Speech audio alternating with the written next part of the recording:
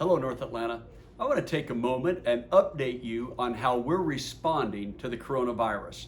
Just earlier this afternoon, we had the opportunity to watch Georgia's Governor Kemp, give an update, and we want to follow up with our own. One of the things he noted is that some of the messaging stays the same. It's important to remember that we wash our hands, don't touch our face, be sure and do all we can do to cleanse our environment. It's important to remember that we respect social spacing, that if we're not feeling well, it's better to stay in. If our health has been compromised, better to stay in. We also recognize that one of the ways that we'll love the people around us is doing everything we can do not to spread the virus. He also noted that it would be very important to avoid large gatherings. And if you've been watching the news, you've noticed that several sports leagues have either postponed or canceled their season altogether. So we're aware this is very serious. Now, he also mentioned that the messaging was changing, and so is ours, because we're going to increase some steps to make sure that we're doing everything we can to keep people safe and to provide the environment for fellowship and worship that we so desire to provide. So here's a couple of the changes that we're making. One of them is regarding this weekend, is that beginning this weekend and going week by week, we are not going to have meetings at the building. So we will not have our worship service or Bible class at the church building this Sunday. Now, someone might ask, wait a minute, are you canceling worship? Of course not. We would never cancel worship to God. We're just diversifying it. We're diversifying it into our homes and into our neighborhoods. So what are we going to do to help with that? Well, first of all, we're going to be recording with our praise teams some worship music and song. We're going to prepare some communion thoughts and a sermon. All of those will be recorded and they'll be accessible to you. You'll be able to go on our website at nacfc.org or lovefirst.org, and you'll be able to click on that worship service and it'll be available to you on Sunday. You'll also be able to see it on our YouTube channel, and in the weekly email, you'll see a link that will remind you of how to find it on Sunday. So it'll be available to you on Sunday. This also means that this coming week, Wednesday evening, we will not be meeting as well. We're going to do this week by week because the situation is fluid. Just as we noticed in the governor's remarks today, we're updating as we go, but we're going to communicate with you, and so you'll know how to receive these updates. Now, let me tell you about that. You'll be able to keep an eye on our website because all the updates will be there on a daily basis. We'll have emails that go out, so remember to check your email for emails from North Atlanta. You can also call an elder, touch base with your small group leader or a ministry leader, but we're going to do our best to keep in touch with you and to keep you updated. Now, we also want you to know that for this Sunday, communion is available. So, in 5 locations around the city, you can drop by before Sunday and pick up communion cups and the little individual cups if you'd like to. Now, of course, we'll support your decision if you want to do that or not, just like the governor said. He said they're not going to ban certain meetings. They'll support if people decide to meet or not meet. We're going to follow their lead. We support you if your small group decides to meet, or if your small group says, nope, we're going to have a Skype meeting or a Zoom meeting or do it over FaceTime. We support all of that. But if you'd like those individual communion cups, they'll be available at the building and 4 other locations, and the addresses and contact information for those 4 locations will be in the Friday email from North Atlanta, and you'll know where you can access those communion cups. If you have any question, just call the church office during business hours and we'll be able to help you with that. Now, what else can we do? I recognize that these are significant changes, extraordinary measures for extraordinary times, but what about extraordinary love? How can we love first our neighbors and our neighborhoods?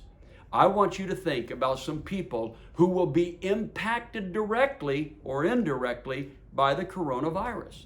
Think about families who depend on school breakfast and lunch for their children.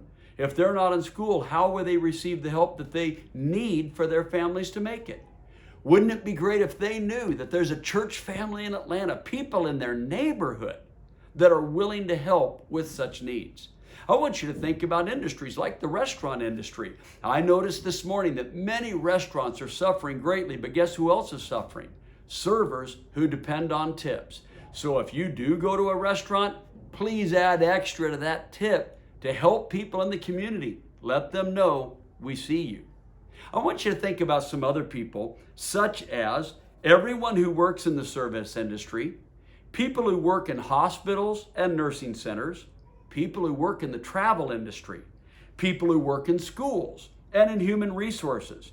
What about those business owners among us who've had an employee test positive for COVID-19? Think about how that business owner is responding to the people that work for them, their customers, their suppliers. Think about these implications of people you know and love and what they're going through. Think about those who have family members with disabilities, those who have dependent family members, those who are caring for their aging parents. And you also know that many who are in assisted living, as of now, can no longer receive visitors because that visitation has been limited. So can we not begin to visit people over the phone, reach out to people and say, if you need something at the grocery store, I'll go and get it for you. I'll check on you every day. Let's make sure that our vulnerable populations are not overlooked. We also recognize that a lot of college students are on their way home for the rest of the semester. This was an unexpected disruption for them. It's an unexpected opportunity for their families, but can we reach out and say to them, we see you, we understand what you're going through, and we're here to help.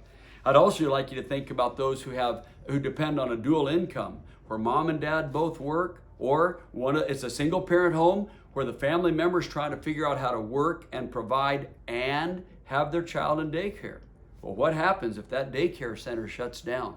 Can we not reach out to some people, make sure they're okay, and offer our help?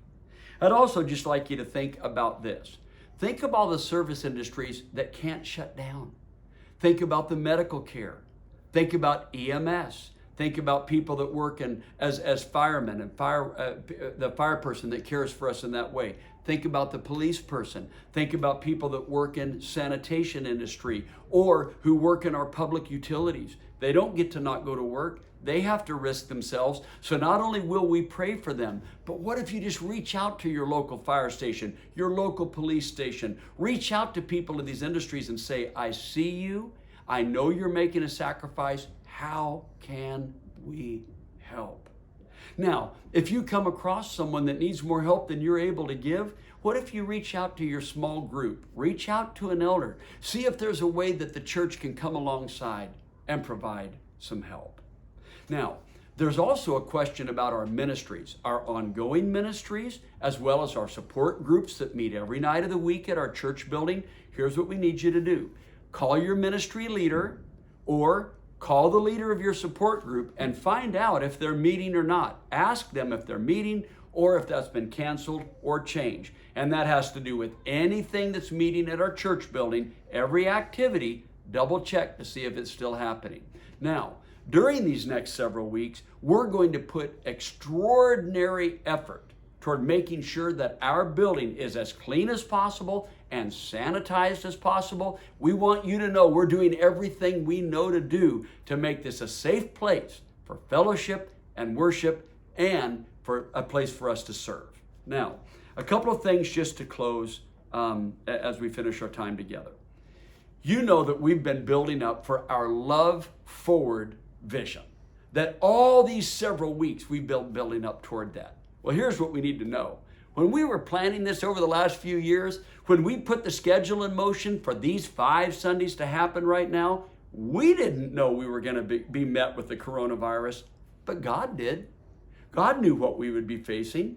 So this is an opportunity for us to serve, to look for what God would have us do. Think about this.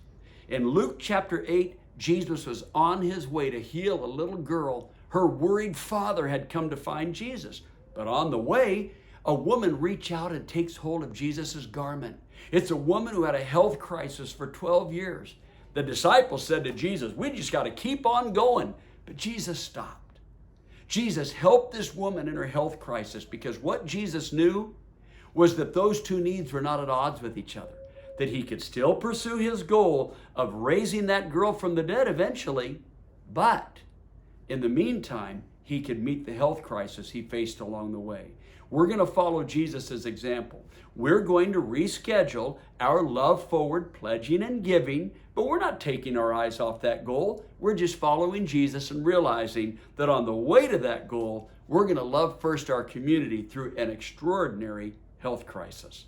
So if you have any questions about this, just reach out to us, give us a call, keep up with us on our website, and know that God, who can do beyond all we ask or imagine, according to his power that is at work within us, is at work in this situation as well.